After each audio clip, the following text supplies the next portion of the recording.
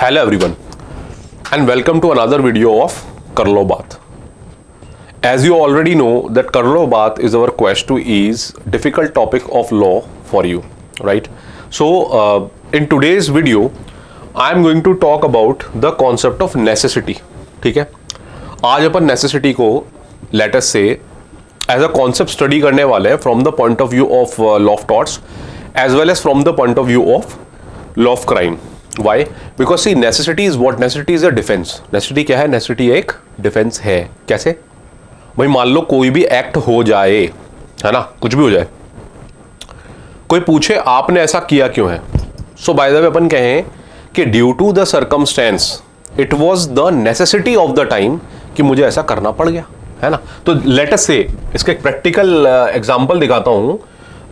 Let us से मान लेते हैं, लेट से this ship is going in the ocean, इस डायरेक्शन में ये शिप जा रहा है, राइट.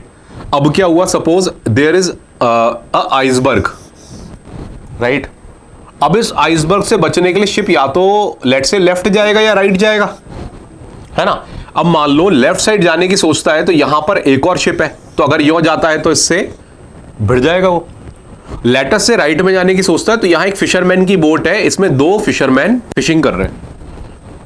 तो अकॉर्डिंग टू नेसेसिटी अगर मान लो, क्योंकि यहां पर देखो ये तो है ही पॉइंट कि सीधा जाएगा जो शिप टकराएगा. लेट से शिप पे 300 पीपल हैं और इतना बड़ा शिप खुद है, तो ये एक बड़ा लॉस है.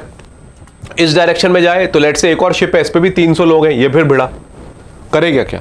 तो जो आउटकम है वो क्या है कि इससे बेटर इस डायरेक्शन में चले जाओ, राइट. सो इस डायरेक्शन में गए हैं, इसे मर्डर नहीं कह सकते, मारने के लिए नहीं जा रहे हैं, है ना. और कॉन्सिक्वेंस क्या हो सकता है कि जब शिप जाए तो ब्यूएंसी इतनी हो ये बच जाए. ऐसा भी हो सकता है शिप से टक्कर हो जाए, इनकी डेथ हो जाए.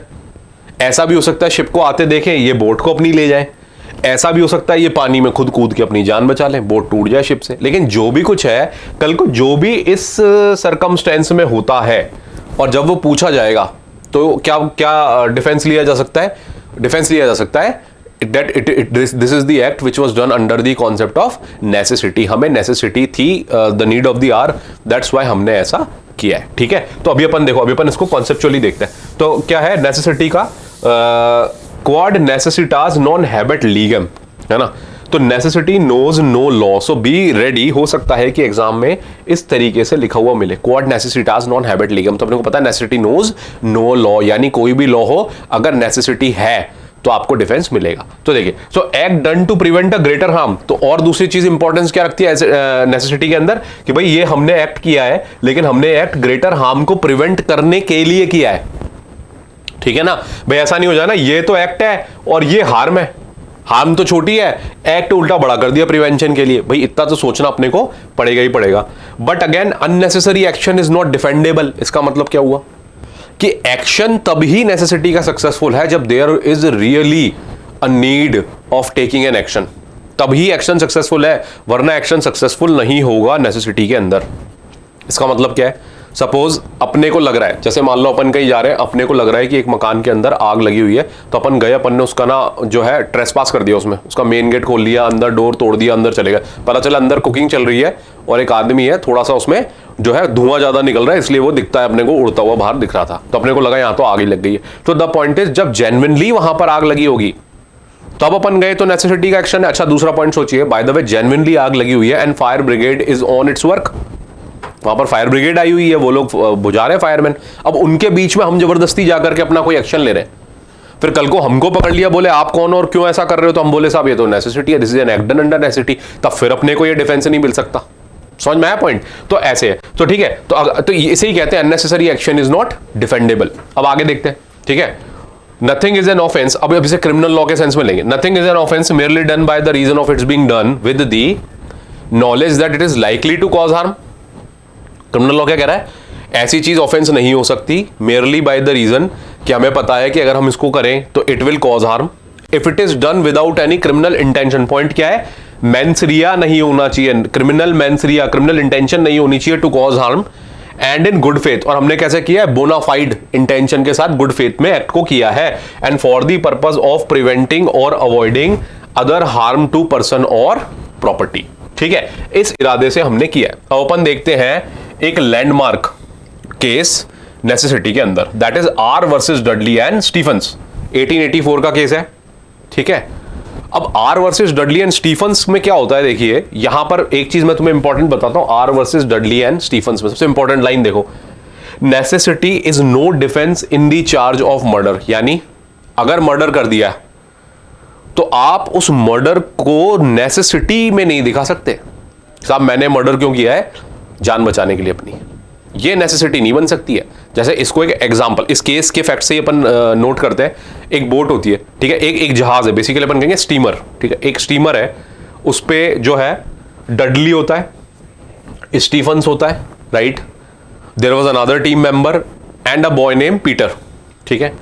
तो क्या होता है कि ये शिप जो है, तो ये वर्ल्ड वॉर का टाइम है, ब्रिटेन का टाइम है, शिप कहीं जा रहा था, राइट, तो क्या हुआ, शिप जो है समुद्र में तूफान आ जाता है, तो वो जो तूफान है उसमें शिप जो है ये अपना रास्ता भटक जाता है, तो ये लोग क्या होता है मेन ओशन में आ गए, राइट, तो जाना इनको कहीं था, अब ये मेन एकदम खुले ओशन में आ गए, अब इनको पता ही नहीं है कि एक्चुअली आए कहाँ है। अब इस पूरे प्रोसेस में इनका शिप भी जो है वो डिस्ट्रॉय हो जाता है, तो वो डूब जाता है।